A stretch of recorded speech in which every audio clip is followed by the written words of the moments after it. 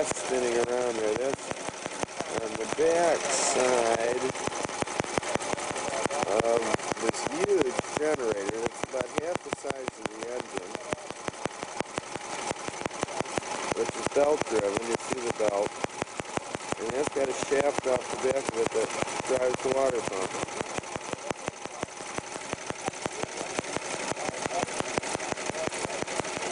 However, this engine is tiny. How big is the engine? How many cubic inches?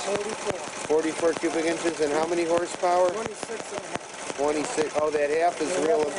The half. They advertise the half? They advertise the half. Very good. The half.